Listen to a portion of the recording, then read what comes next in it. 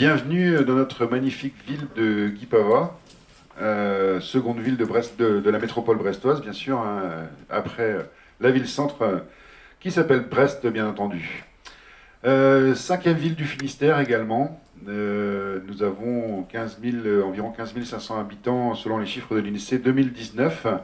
Et puis une commune très dynamique avec plus de 220 associations et plus d'un Guipavasien sur deux en fait partie.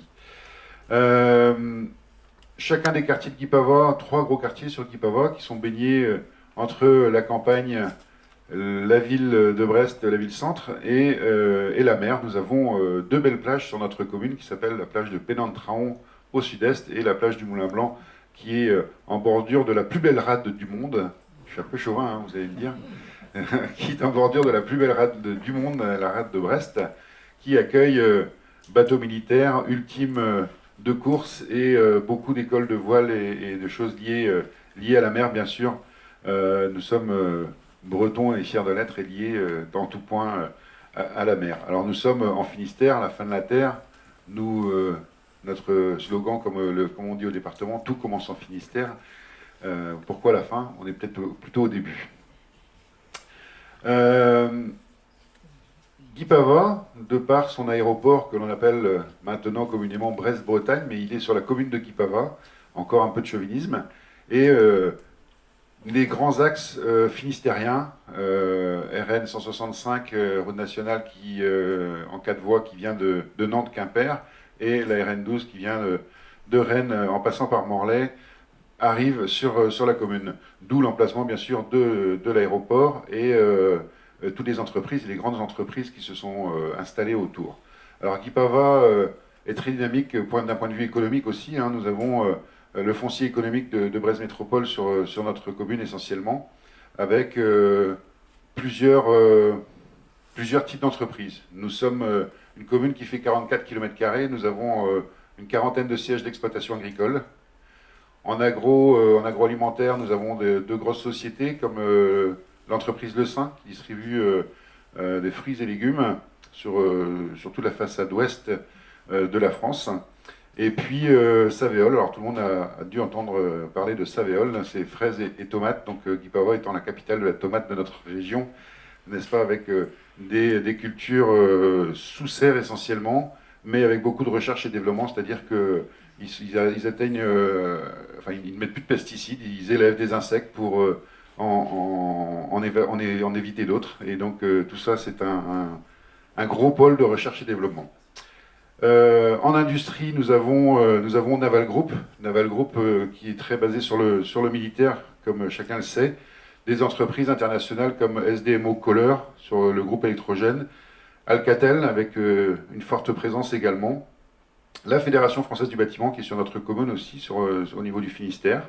Et puis en tertiaire, nous avons des grandes entreprises comme le Crédit Mutuel Arkea, dont le siège est sur la commune d'à côté, mais nous avons des filiales avec des sièges de filiales comme Fortuneo ou encore Financo qui sont sur notre commune. Et pour terminer, l'enseignement également. L'enseignement, nous avons ce qu'on appelle l'IFAC, donc c'est l'Institut de formation pour les apprentis. Et une école qui s'appelle le CESI, alors pas le CECI, mais le CESI, une école d'ingénieurs qui s'est installée également sur notre commune. Voilà ce que je pouvais vous dire un petit peu sur la ville de Guipava. Donc un environnement très très dynamique et une réelle douceur de vivre sur notre commune. Je vais devoir vous quitter malheureusement pour d'autres obligations et je tiens à remercier Emmanuel Morucci et Marie-Laure Krogenek pour l'organisation de ce colloque ici à Guipava et qui rayonne bien entendu au-delà des frontières du Finistère et même de l'Hexagone. Donc moi je vous souhaite un très bon colloque qui sera, je n'en doute pas, très intéressant et fructueux. Donc, très bon colloque à Guipava, passez une très belle journée. Pour ceux qui sont en présentiel, vous aurez peut-être l'occasion de visiter notre belle région, ou du moins quelques morceaux de notre belle région. Et pour ceux qui sont en présentiel, eh bien, je dirais dommage par rapport au transport, et tant pis pour eux qu'ils ne puissent pas venir ici à Guipava. Voilà, je vous souhaite une très très belle journée et au plaisir de se revoir. Merci.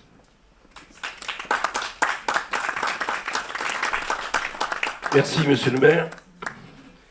Nous vous souhaitons également une journée la plus agréable possible, compte tenu des circonstances. Et merci pour cet accueil et la mise à disposition de cet auditorium qui est confortable, hein, je crois. Hein, vous savez que vous avez des tablettes, hein, donc vous pouvez poser vos feuilles, hein, c'est sur le siège, ce qui fait que vous allez pouvoir prendre des notes. Et lorsque l'on prend des notes, on peut ensuite retravailler. Et on peut à nouveau échanger. Et c'est exactement ce que nous souhaitons faire, puisque un colloque a cette vocation. Au remerciement que j'adresse à Monsieur le maire et à ses équipes, hein, puisque nous sommes à travailler sur le sujet depuis alors quelques mois, bien sûr, mais aussi quelques journées sur cet lieu.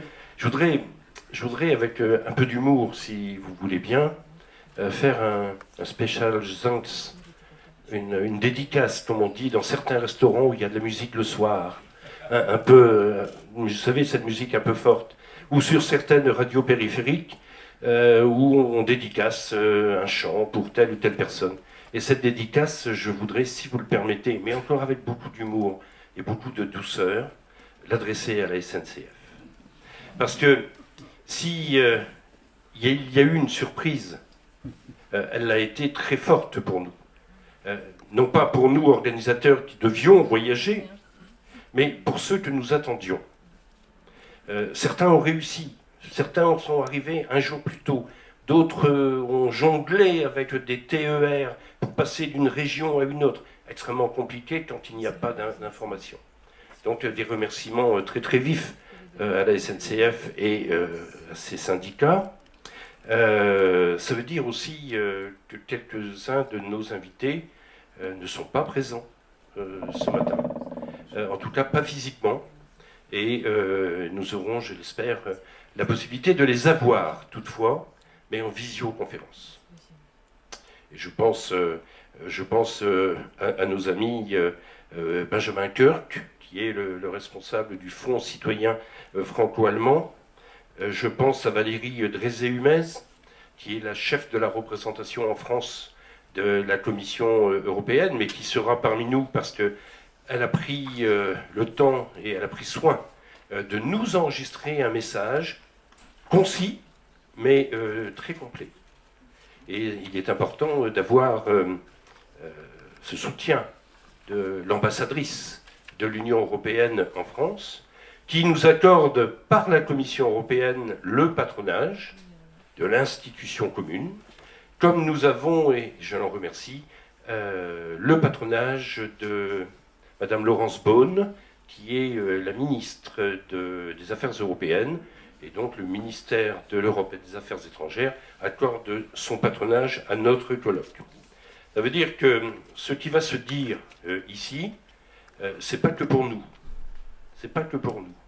Vous avez remarqué qu'il y a des caméras, et ces caméras vont permettre de diffuser nos échanges sur la chaîne YouTube du CECI.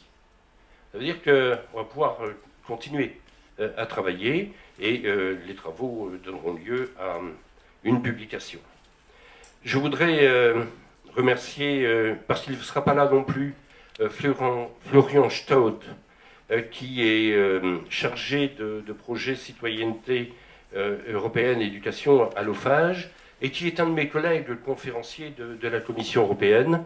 Il devait nous venir d'Allemagne et pour lui, ça n'aura pas été non plus possible. Des excuses également pour Frédéric Bourquin, président de la Fédération française des maisons d'Europe, qui, n'ayant pas de train, a essayé de prendre un avion à Marseille hier matin, et il est arrivé à l'aéroport avec moins de 5 minutes de retard par rapport à l'ouverture des portes. Donc il est désolé, mais nous l'aurons aussi normalement en visioconférence. Tout comme Maria Griminger, qui est conférencière Team Europe également. Cet après-midi, nous aurons François-Xavier Roux-Demar, qui lui arrive d'Égypte, mais qui est enseignant à l'UBO, et qui nous rejoint en début d'après-midi pour la table ronde de l'après-midi. Donc on le remercie de sauter de l'avion pour venir nous rejoindre. Merci également à Pascal Verdeau, qui est présent parmi nous. Cher Pascal, merci. Vous le connaissez, Pascal. Vous le voyez quasiment tous les jours sur les antennes de France Télévisions. C'est Pascal, si je ne dis pas de bêtises, qui est correspondant de France Télévisions à Bruxelles et qui décortique pour nous des directives parfois un peu obscures. Lisa Crinon, qui est du CED de Hambourg, n'est pas là non plus. Donc, vous voyez que nos amis allemands sont relativement touchés par cette grève en France. Et nous aurons le plaisir de recevoir cet après-midi pour la 3e table ronde Jean-Charles Larsonneur, qui est député du Finistère, et puis Madame Melchior, qui viendra participer à nos travaux, mais en tant que public. Je voudrais remercier tout particulièrement Véronique Auger, que vous connaissez aussi, forcément. Véronique, vous l'avez vu animer des émissions de télévision sur l'Europe. Elle a été d'ailleurs une des peut-être fondatrices, en tout cas promotrice de cette information européenne due aux citoyens que nous sommes, avec la difficulté de tenter d'expliquer, en tout cas de donner la parole à nos représentants, qu'ils soient de la Commission, du Parlement, du Conseil européen ou d'autres institutions. Véronique, elle est là aujourd'hui pour animer nos débats et merci beaucoup de cette présence parce que je sais que l'arrivée à Brest n'a pas été simple non plus, mais nous sommes là. Véronique est présidente de l'association européenne des journalistes, ou l'association des journalistes européens, pour être plus précis. Donc c'est une organisation qui est importante et qui prend sa part de responsabilité dans cette diffusion de l'information. Véronique est aussi présidente d'une association qui promeut la citoyenneté, et l'association s'appelle Citoyenne d'Europe. Citoyenne pour l'Europe.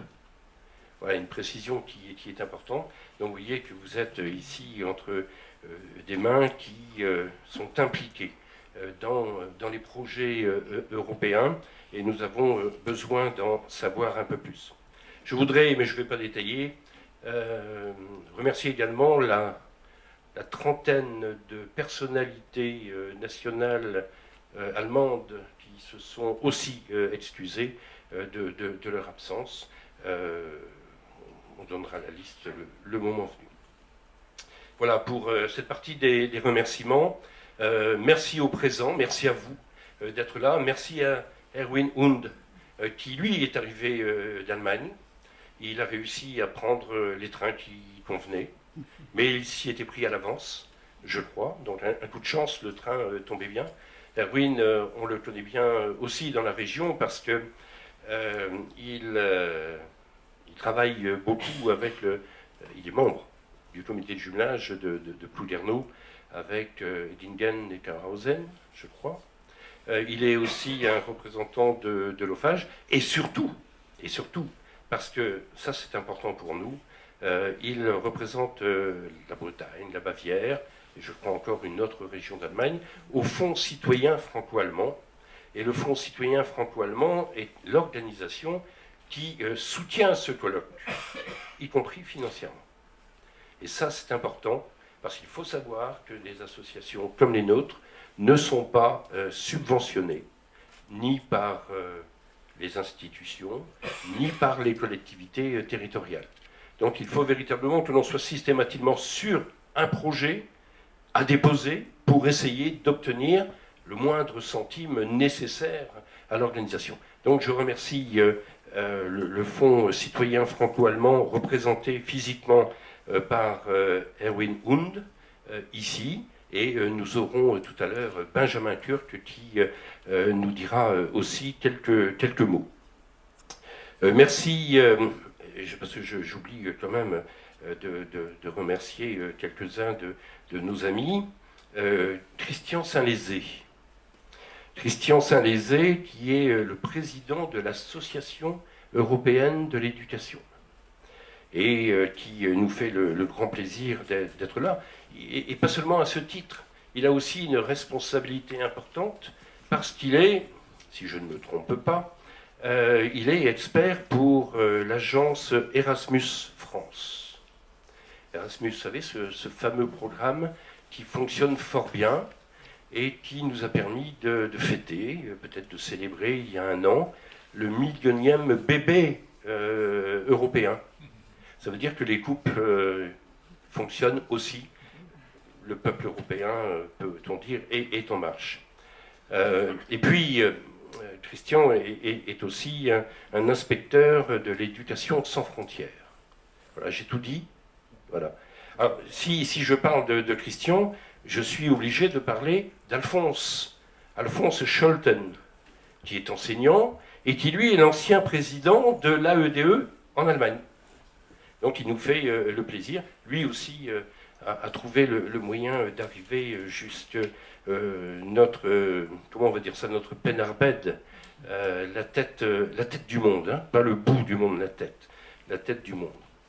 Merci à Marie-Laure Krolenek, secrétaire générale du CECI, qui va intervenir dans une des tables rondes et qui a réalisé il y a quelques années maintenant un Master 2.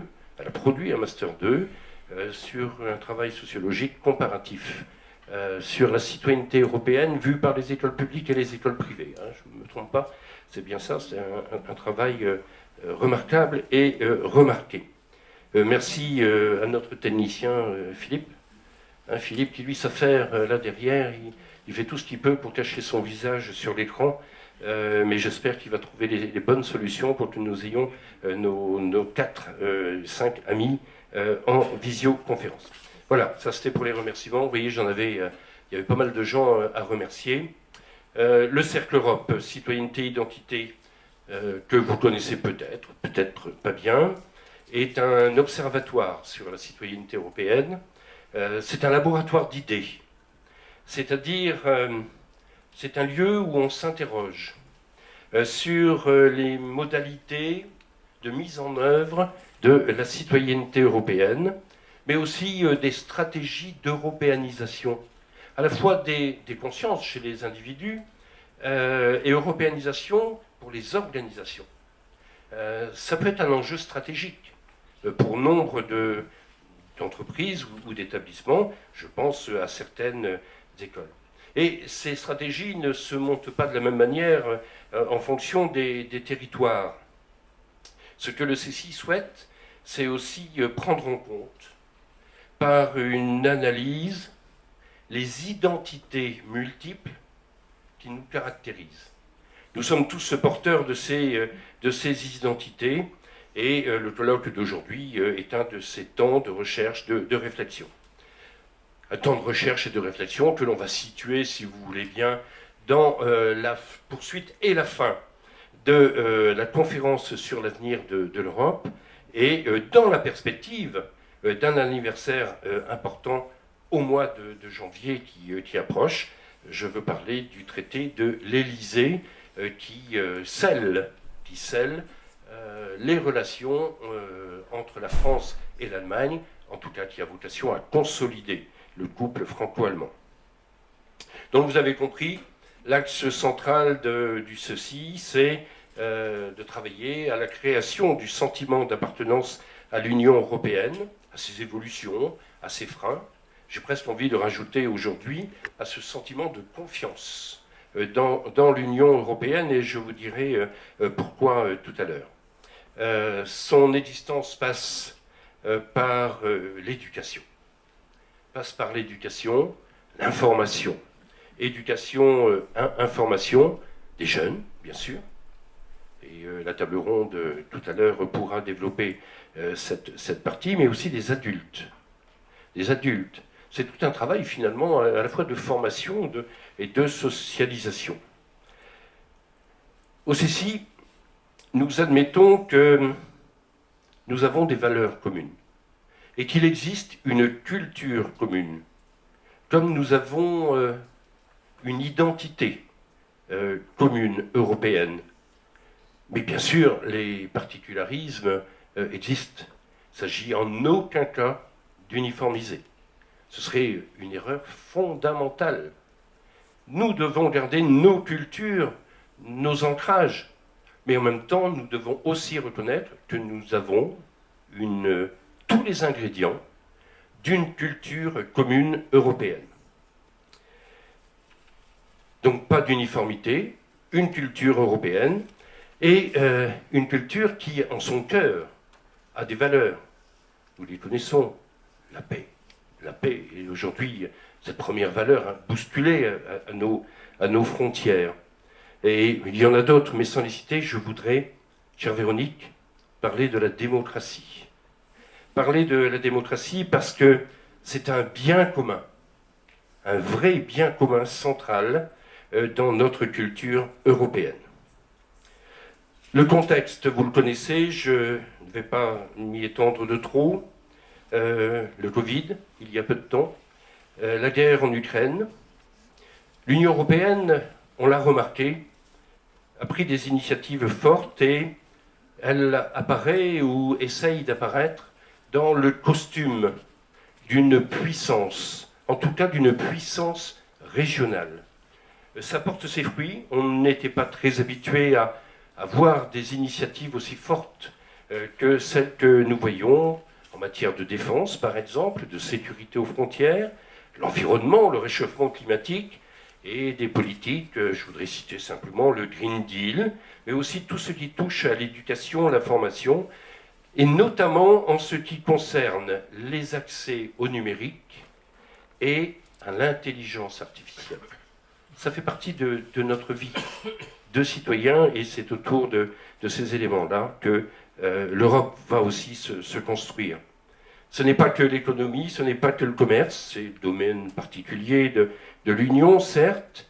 La monnaie est un outil particulièrement puissant, mais aussi un symbole de notre citoyenneté européenne. On nous parle aussi de divergences dans le couple franco-allemand. Il faut de temps en temps que dans un couple, ça frotte un peu, parce que c'est la meilleure façon de se retrouver et de trouver la voie qui va permettre d'aller à l'apaisement, même si les thématiques sont complexes. Je te parle beaucoup de complexité. Mais la question de l'énergie pose de vraies questions fondamentales. La question de la défense, c'est aussi des questions fondamentales. Mais rien sur le projet européen en lui-même n'est remis en question. Cette paix sur le continent européen est due à cette capacité que France et Allemagne et France, à une certaine époque, il y a 70 ans, ont réussi à se tendre la main et à tenter de construire quelque chose ensemble qui existe toujours. Voilà, l'Europe a 70 ans d'âge. Je dis souvent qu'il en faudra au moins autant pour aboutir. Faisons en sorte, par la citoyenneté, par l'éducation, que ce que disait Edgar Morin dans un ouvrage reconnu intitulé « Penser l'Europe », chaque nation se croit exceptionnelle. Alors oui, chaque nation est exceptionnelle, mais faisons en sorte que cette exception ne se transforme pas en égoïsme. Je vais essayer d'approcher de la fin de mon propos parce que je vais dépasser le temps qui m'a été imparti. Le colloque fait suite à un questionnaire qui a été publié sur le site et qui nous a permis d'avoir un certain nombre de réponses. Alors je vais juste vous donner quelques données, mais sans vous m'acharner sur des chiffres et des pourcentages. Vous trouverez d'ailleurs quelques éléments dans votre dossier. Lorsque l'on pose la question « Vous sentez-vous citoyen européen ?» Eh bien, ce ne sont pas les jeunes qui se déclarent, mais plutôt les plus de 60 ans à plus de 34%. Les 18-25 ans se prononcent, eux, à 14%. Sans surprise, et ça corrobore les autres enquêtes qui peuvent être réalisées, et notamment celle lancée par Eurostat. Ce sont les diplômés de l'enseignement supérieur qui se sentent les plus européens, en tout cas ceux qui se sentent appartenir à la dimension territoriale qu'est l'Union européenne. Une remarque aussi, on l'entend souvent, mais c'est confirmé par notre questionnement, le public, et là je m'adresse aux journalistes, aux médias, je m'adresse à ceux qui parlent dans les institutions, à nos fonctionnaires, le public a beaucoup de difficultés à qualifier l'Union européenne. On avait posé les questions, est-ce un agrégat d'États-nations, une construction d'ensemble? Eh bien, arrivent péniblement, ces éléments-là arrivent péniblement en tête devant l'idée de fédération, de puissance mondiale ou encore de club économique.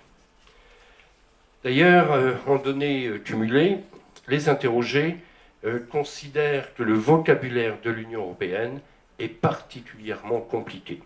Peu le comprennent. Il n'est donc pas accessible et seulement 1% des 18-25 ans disent saisir ce que le discours européen veut dire. Voilà, ça va être l'enjeu de ces 3 tables rondes. Je vous les souhaite agréables. Je remercie une nouvelle fois tous ceux qui participent, qui ont participé au succès.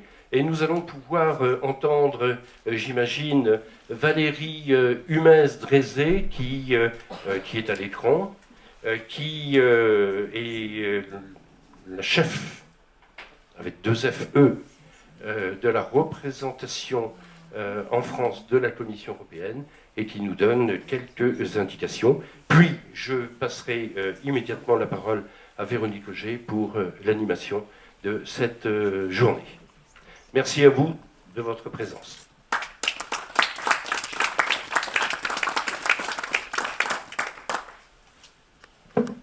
De m'adresser aujourd'hui à vous sur ce thème des ingrédients nécessaires pour créer et entretenir la citoyenneté européenne en chacun de nous. Et particulièrement en cette fin d'année européenne de la jeunesse, dont l'objectif était de mettre en lumière l'importance de la jeunesse européenne pour construire un avenir meilleur, plus écologique, plus inclusif et plus numérique. Mais sans éducation, sans information fiable et plus généralement sans exposition à l'Europe, comment assurer que la jeunesse envisage son avenir avec et pour l'Europe? Comment assurer que nous comprenions le monde dans lequel nous vivons, la place de l'Europe, et ainsi nous déterminer en citoyens libres? La dernière édition de l'Eurobaromètre de l'été 2022 montre que près des 3/4 des Européens se sentent citoyens de l'Union européenne. C'est le cas pour 60% des Français, une légère augmentation de 4% depuis janvier 2022. En parallèle, néanmoins, l'Eurobaromètre de l'hiver 2020-2021 montre que 73% des Français s'estimaient pas informés ou pas bien informés sur les questions européennes, et surtout ils étaient les bons derniers des 27. Et dans un Eurobaromètre de mai 2022, là encore, la France est bonne dernière à la question « Avez-vous entendu parler de l'Union européenne dans les médias ?» 34% répondaient non. Près d'un quart des Européens estiment que les valeurs, la culture et l'économie sont les domaines qui suscitent le plus un sentiment de communauté entre les citoyens de l'Union européenne. Il faut continuer à expliquer aux citoyens ce qui nous unit, à la fois nos valeurs fondamentales, la démocratie, l'état de droit, la liberté, l'égalité des droits, et notre modèle d'économie sociale de marché et notre ambition environnementale, numérique et en matière de recherche. Développer ce sentiment d'appartenance autour de tout ce qui nous unit me semble vital. Il cimente l'attachement et surtout l'inscrit dans la durée. Il ne s'agit pas d'une approbation automatique ni silencieuse, mais le vecteur d'une volonté d'être partie prenante pour façonner le paysage politique et social. Ce sentiment d'appartenance à l'Union européenne doit se cultiver tous les jours et tout au long de la vie. Pour cela, il y a plusieurs canaux. L'éducation, la formation, l'information et plusieurs intervenants qui sont absolument clés. Les autorités politiques, les médias, les éducateurs, les élus, tous ont un rôle à jouer. La Commission européenne aussi. D'abord, sur l'éducation, il faut être sûr que tous les élèves entendent parler d'Europe le plus tôt possible à l'école. Pas seulement sur le fonctionnement institutionnel de l'Union européenne.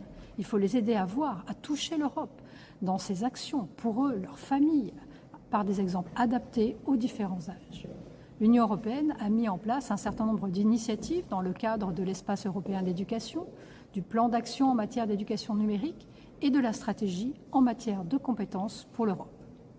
L'action Jean Monnet, par exemple, Learning EU Initiatives, dans le cadre du programme Erasmus+, offre des possibilités de financement aux écoles et aux institutions d'enseignement et de formation professionnelle, ainsi qu'à l'enseignement supérieur, afin de stimuler la connaissance de l'Union européenne.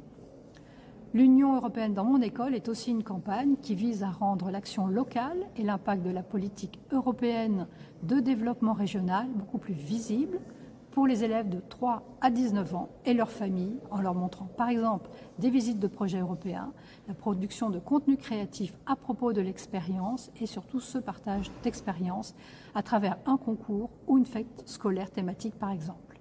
Et bien sûr, le Learning Corner cible les 5 à 18 ans, leurs parents et leurs enseignants, à travers une plateforme qui propose de nombreux matériels pédagogiques qui expliquent les actions de l'Union européenne dans les 24 langues officielles sur des sujets comme l'environnement, la désinformation, mais aussi l'histoire européenne. Il faut donner des perspectives européennes aux métiers et aux formations professionnelles. Par exemple, une personne qui se forme à l'informatique devrait entendre parler de l'approche européenne sur les données au cours de sa formation. L'Union européenne œuvre dans ce sens grâce à plusieurs initiatives. Je mentionnerai juste à l'aube de l'année européenne des compétences pour 2023, qui va promouvoir des compétences communes dans le milieu éducatif et professionnel, basées sur des valeurs fondamentales de l'Union européenne, comme l'inclusion. Difficile aussi de ne pas mentionner les vecteurs d'exposition à l'Europe et de socialisation que sont Erasmus+, et le Corps européen de solidarité. Grâce à Erasmus+, la facilité pour la reprise et la résilience et les fonds de cohésion européens, on estime que les dépenses totales de l'Union européenne en matière d'éducation et de compétences entre 2021 et 2027 vont tripler par rapport à la période 2014-2020. Enfin, il faut que l'Europe occupe la part qui lui revient comme élément de réalité politique et sociétale dans les médias. Cela commence par une bonne information des journalistes à l'Europe et qu'ils jouent pleinement leur rôle pédagogique et critique d'information des citoyens. Ils sont un maillon indispensable du fonctionnement de nos démocraties européennes, en particulier face à la désinformation et aux canaux biaisés. Les autorités nationales et les politiques ont aussi leur rôle à jouer. Pour donner de la visibilité à l'action de l'Europe, que ce soit pour mettre en avant les financements européens pour des projets sur le terrain ou pour expliquer les ambitions politiques négociées au niveau européen. Les représentations de la Commission européenne dans les différents États membres jouent un rôle particulier dans la socialisation européenne des citoyens. Nos équipes s'engagent auprès des citoyens pour les sensibiliser et rendre visible l'action de l'Union européenne sur le terrain, auprès des jeunes pour recueillir leurs idées, pour mieux parler d'Europe aux jeunes, pour faire de la pédagogie et lutter contre la désinformation sur les réseaux sociaux, et par nos fiches décodeurs de l'Europe qui démêlent le vrai du faux sur les politiques européennes. Pour conclure, le retour de la guerre sur le continent européen nous rappelle l'importance de la paix au cœur du projet européen, et que sans éducation, sans information fiable et libre, nous ne pouvons être citoyens en général et citoyens européens en particulier. Sans citoyenneté de droit et de cœur, pas de démocratie ni de liberté. Je souhaite que vos travaux soient fructueux pour répondre à cet enjeu majeur.